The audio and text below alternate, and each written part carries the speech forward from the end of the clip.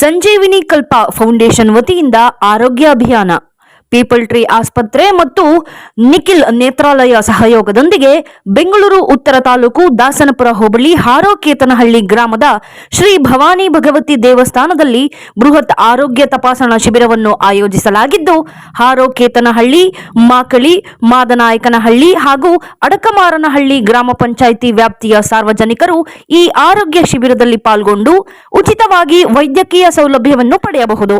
ಕಣ್ಣು, ಮಧುಮೇಹ, ರಕ್ತದೊತ್ತಡ, ENT ಹಾಗೂ ಸಾಮಾನ್ಯ ಆರೋಗ್ಯ ತಪಾಸಣೆಯನ್ನು ಮಾಡಲಾಗುವುದು.